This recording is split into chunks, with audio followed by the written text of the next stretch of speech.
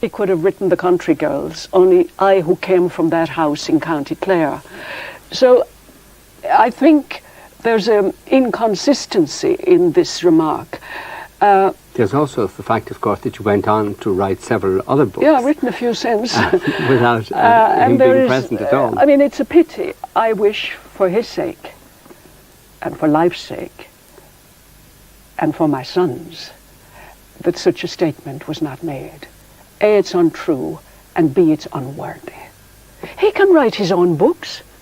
I don't have a monopoly on writing. I find it hard enough to do what I do. But, you know, The Country Girls and all those girls and convents and some of my short stories, which in a way overlap some of the same material, they're obviously written by the same hand.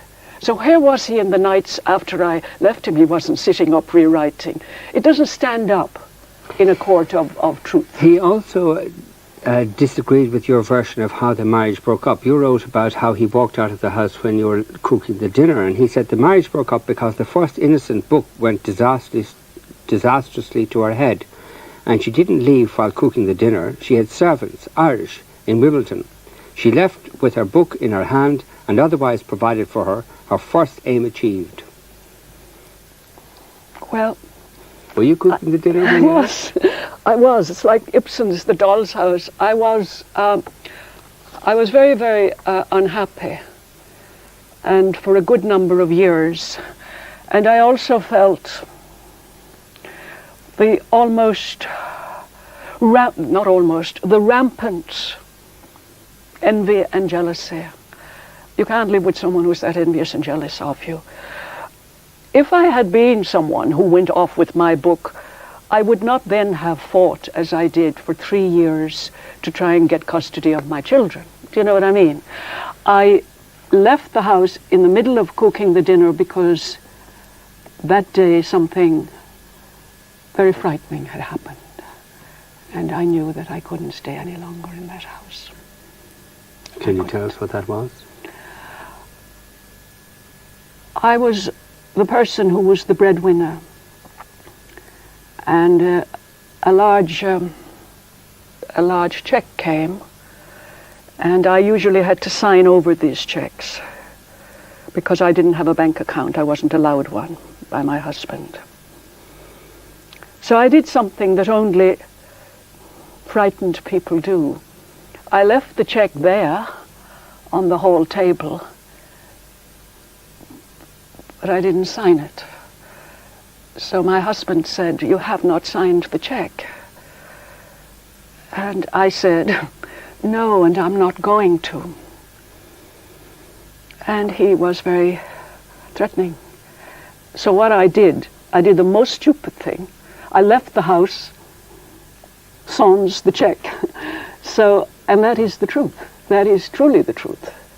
It is verifiable in banks. So I realized, and nobody likes to have failed in love or in marriage, and I was very intense about it.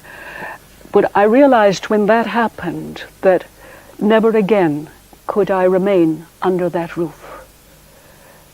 Never.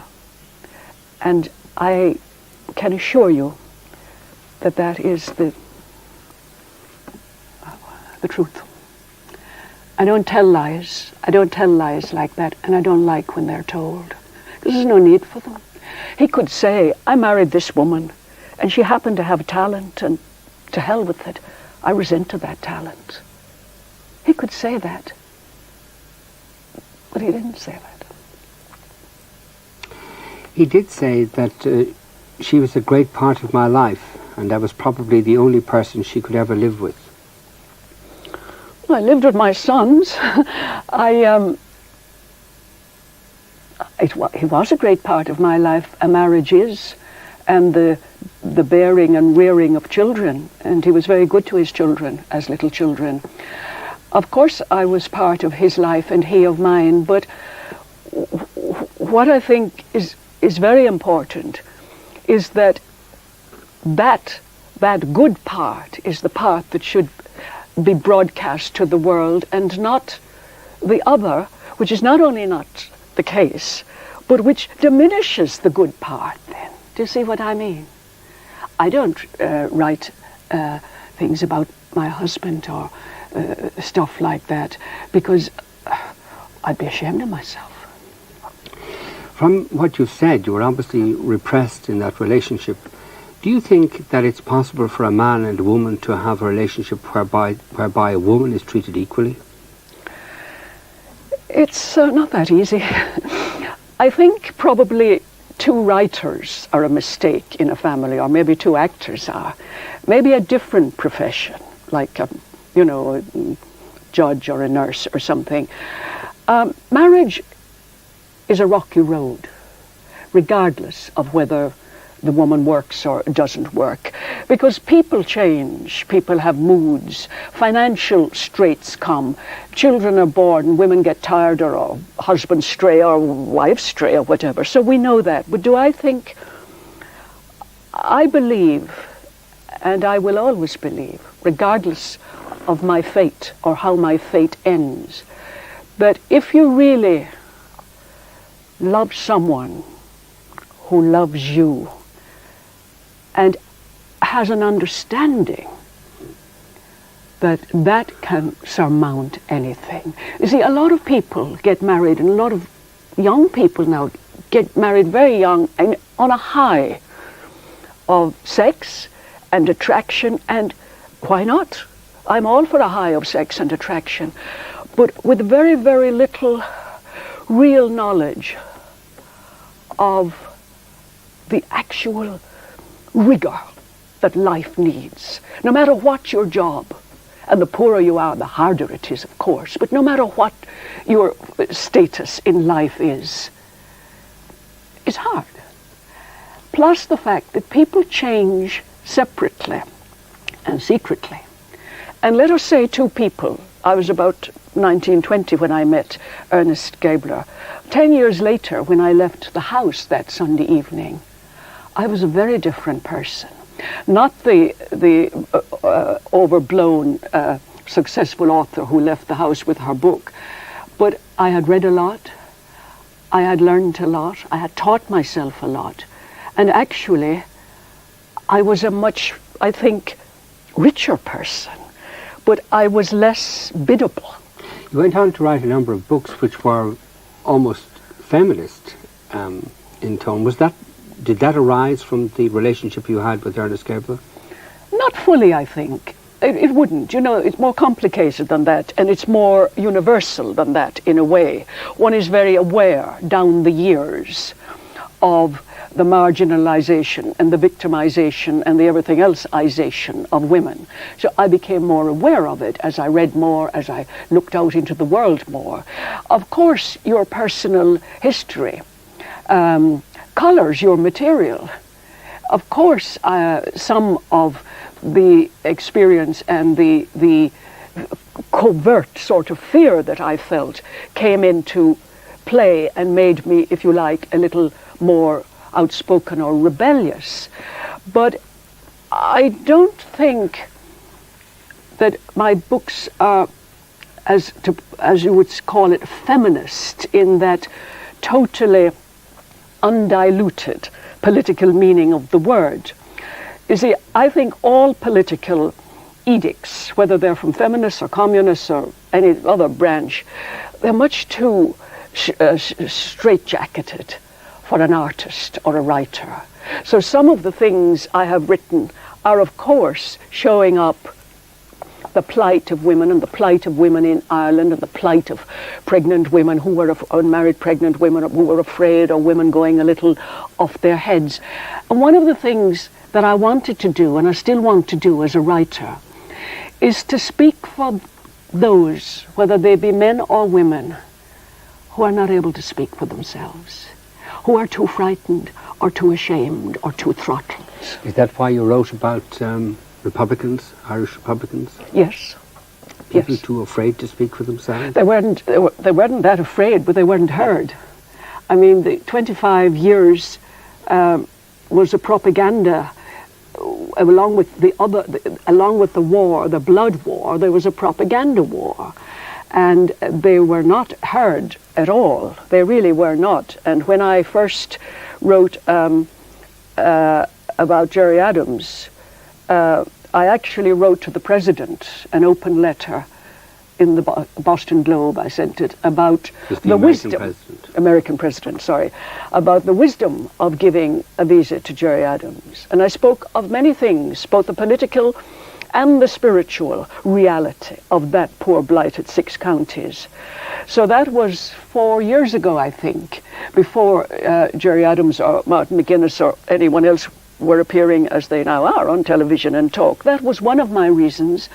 The other was that I felt, and will always feel, that we in the South, both consciously and unconsciously, did a bit of a Pontius Pilate on the Catholics and nationalists in the North. We didn't want to know about it. That's the truth.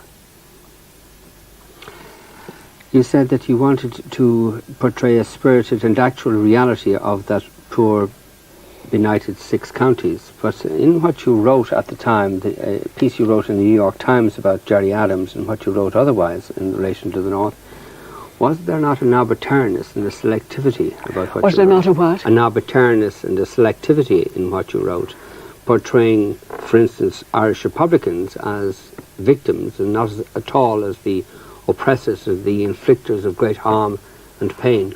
Well, there's 2 things here, Vincent. The profile I wrote of Gerry Adams was the profile, or as the way you are interviewing me now, was the experience that I had from 2 half-hour sessions in the Falls Road with this man. So I wrote what he seemed to me to be like and his seriousness. When I wrote House of Splendid Isolation, which is also about a Republican fighter or terrorist, the book, if you read it or anybody else read it, is full of debate and dialectic between the woman, Josie, in the empty house, and McGreevy, about his murderous acts and he trying to reach her to understand why he did those things. So I don't think I took a partisan view totally. McGreevy was based on the character of Dominic McGlinchey, the INLA leader. He was, based would be too strong a word. I saw Dominic McGlinchey, as you know, and I first came to you in the Tribune to read up the pieces you had written about him. Dominic McGlinchey was very both influential and helpful. He talked to me at great length. He made no secret of the fact that he had killed, but also his own tribe had been killed. See, what we have to be clear about when we talk about Republican violence, we've got to get all the violence, all the deaths onto the table. So for you to say to me, oh, I only dwelt on the good aspects of Republicans, I think is short-sighted. I really do.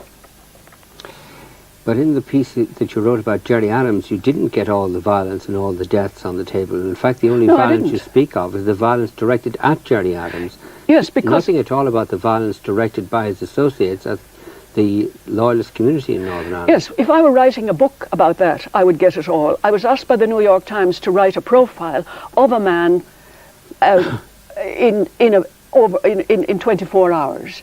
And what Gerry Adams told me, he, seeing it from his own position, from a very young age, and being interned and being tortured and this and that, he told me his story. If I had gone to, I interviewed and wrote a wonderful piece about a Protestant paramilitary who also told me wonderful stories. And he told me this story, that when he was in Long Kesh, one time at Christmas he got sick. And it was the first time in the hospital in Long Kesh that he actually met an IRA man. And he said to me, this young boy, Ronnie, he said, the guy didn't have 2 horns. Now, I wrote as deeply about this boy, Ronnie, and from his point of view, as I did about Gerry Adams. I wish I could have it here to show you, but the truth is I did. Whoever I go to see, all I can do is get from them the story they want to tell me. Now, I know there has been Republican horror done. I know there has been UDF, UDA. I'm not amnesiac. But sometimes in newspapers, and particularly in English newspapers, only one side is emphasized. And I'll give you a small example. About a year, no, longer, 2 years ago, the Israelis bombed a camp in the Lebanon in which women and children were killed, 200. Newspaper hoarding in London says, defiant Israel strikes again. IRA kill a baby or a grown-up, and it's IRA butchers kill baby. There is a terrible selectivity in the press. There has been, and there still is. I want all of it to be recorded, and I will, whenever I can, do that. You were hugely impressed by Gerry Adams, personally, obviously.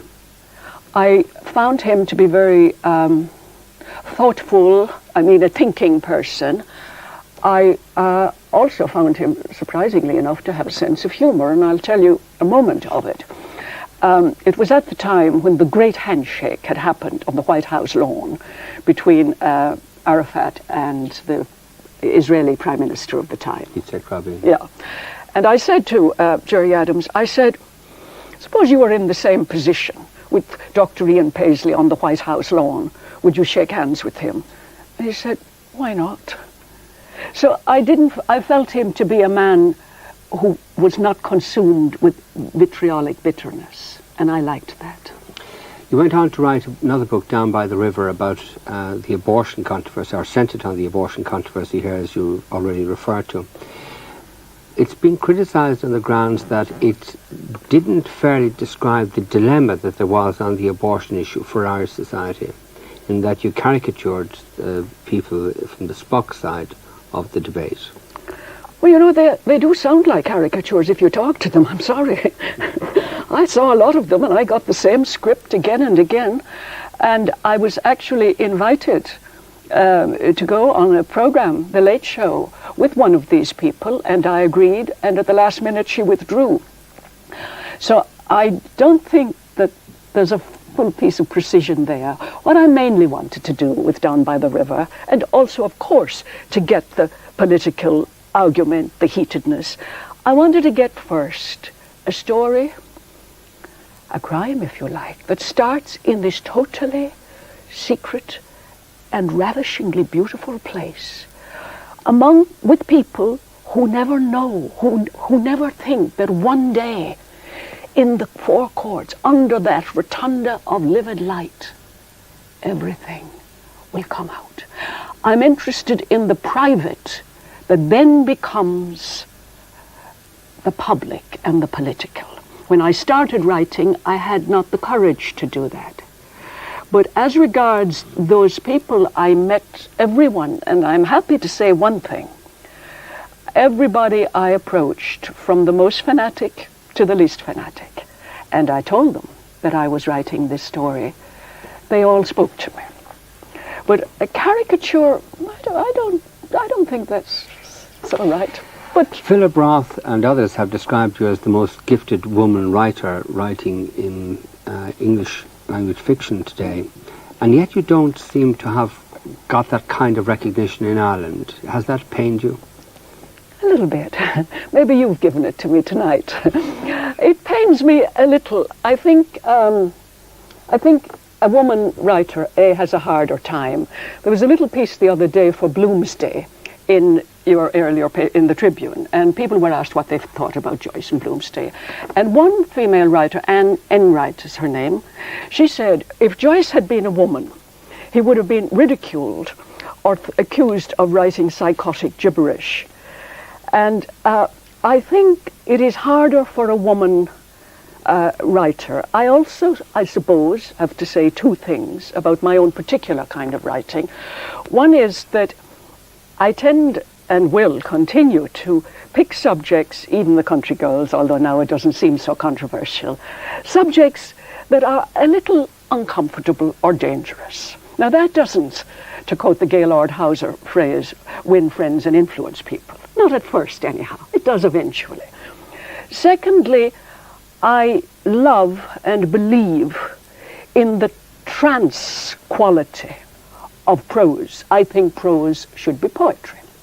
So if a book begins, like Down by the River, ahead of them the road lay in a long entwined undulation of mud, patched tar, and fjords of green, flower and flowering weed in full regalia, a carnival sight, foxglove, highest and lordliest of all, the big furry bees nosing in the cool speckled recesses of mauve and white bell, and then suddenly say, the road, their road, silent, somnolent, yet with a speech of its own, speaking back to them, father and child, of the old mutinies and a fresh crime mounting in the blood.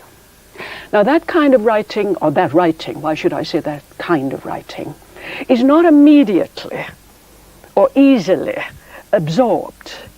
The reader has to work a little bit. I want the readers to work a little bit. I work a little bit when I read. So there would be those two factors about maybe not being as welcomed, or what do they talk about, the prophet in his or her own country. But there's also, you asked me or invited me to do this. I opened a little wing of the Marsh Library the other night for ladies section, or books about women. I have, I think, a little steady group, and maybe even will have more if I write another book. I think literary circles, and indeed literary critics, and that they're not always, and indeed eventually, they're never the real judge of a piece of work. A piece of work is like a piece of nature. It's there, by the way, cannot be effaced, and it has to find its own way and its own truth. And sometimes the amplifiers are not interested in truth. They're interested in the opposite, or in egotism. But that's temporary. I'm there for the long haul. Your work has been almost obsessional about Ireland, and yet you haven't lived here for decades. Why? Why? Well, I come here a lot. If I showed you my hotel bills, you'd pity me. And also I go and stay with people in County Clare, in Feakle, and Drewsborough, and Scariff, and Galway. When I left, I was a bit frightened. No doubt about that. I was a bit frightened. All this shenanigans about the country girls, and I was a smear on Irish womanhood. It's hard enough to write without people pelting you with sticks and stones. So I was afraid. Then I remained in England, and I became, the moment I was no longer afraid, and the moment I knew I could be heard. I was heard, but they read the books under the bed apparently, and in brown paper covers. It gave me the confidence. You see, fear creates fear. If I'm afraid of you, you become afraid of me. That's what indeed political strife is all about. It's fear and the lack of trust. So that has changed, because you've asked me how I changed. I am not at all afraid now of telling anyone what it is I am trying to do or what I believe in. I am not afraid. They may not like me, but I am not afraid, because this is the only thing I have. This is the only thing any man or any woman has, is his or her own integrity. And now I am going to come back to Ireland. I will be teaching sometimes in America, because writing is not the gold mine it's thought to be, or at least some writing isn't. And I want to, my son Sasha, who is an architect, is going to design me a house on the wild shores of it's like a song, isn't it? Of Donegal. I love Donegal. See, I love northern people. I wish northern and southern people knew each other more, of all factions. And I am going to do that over the next year. And it'll be, what is it? Upon this rock I will build my church. Well, I'll build a little castle on a rock. Are you afraid of growing old? I'm very afraid of growing old. I want to say one thing about my parents, which I'd like them to hear from the other side of Inishkaltra. Both of my parents had and gave me tremendous genes, tremendous energy. And they themselves always both looked and strode with the youth. So of course I am afraid of it. Everyone is afraid of it. You have only to look around and see how lonely it is. The writing life is dreadfully lonely. Well, if that's going to be coupled then with old age lonely, I don't know what I'm going to do. I don't know what I'm going to do. But everyone has that fear. Are you afraid of losing your good looks? Oh, they come and go. I'm not convinced about my good looks. I have a good hairdresser. I think one's looks, for some reason, don't change that much. They don't change. But they're very important to you, aren't they? Sure. They are to you too. I think less so. Huh? I think less so. Oh, maybe, but I think women actually worry a bit more about their looks than men. I wouldn't be the only woman whose looks are important. Sure they are. I love things to be beautiful. Great Russian poet Anna Akhmatova, she's the most beautiful woman. This notion that maybe if one is intellectual or an artist, you have to look like a lump. That's daft. That's daft. I do yoga, I walk, I drink, you'd be pleased to hear, I cry. I don't do anything very particular about these looks except keep going and keep using the brain. The brain is the miracle that we have been given. It affects everything, including one's looks. And do you fear death? I do. I fear death, and I am very, very, if you like, paradoxical about it. This reason. I cannot countenance the empty void, nothing. Suddenly here, breath goes, gone, nothing. Now we come to the little County Clare early scenario, heaven, hell, and purgatory, and detailed things I read about in a Celtic miscellany when I was young about the floating bridges of hell with a fire underneath consuming the people as they went across in these bridges, etc. So the idea of an afterlife that would be as terrifying as that, and I remember as a child, every morning when I wakened up, I said again to myself the two things that God would say: depart from me, you cursed, into everlasting flames, or come, you blessed of my Father. One was going up and the other. And I used to think, suppose they get me wrong. So I am afraid. And yet I was sitting with a countryman the other day down in Clare. I was trying to write another book, more desperation for the page. And he asked me this question. He's a very simple man, also very profound. And he said, what do you think about death? And I told him the W.C. Fields joke, which said, I'd rather be there than in Philadelphia. But then we got talking seriously.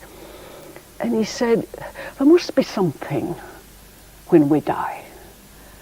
And I said, well, what do you think that something is?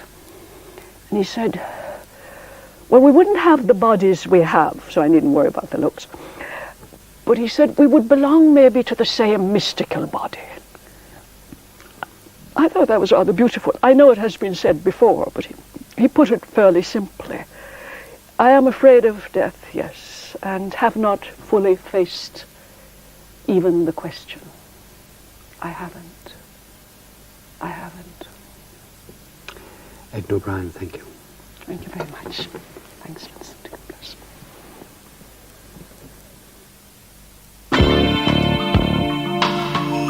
Next Sunday at 5 to 11, Vincent Browne talks to journalist and broadcaster Nell McCafferty.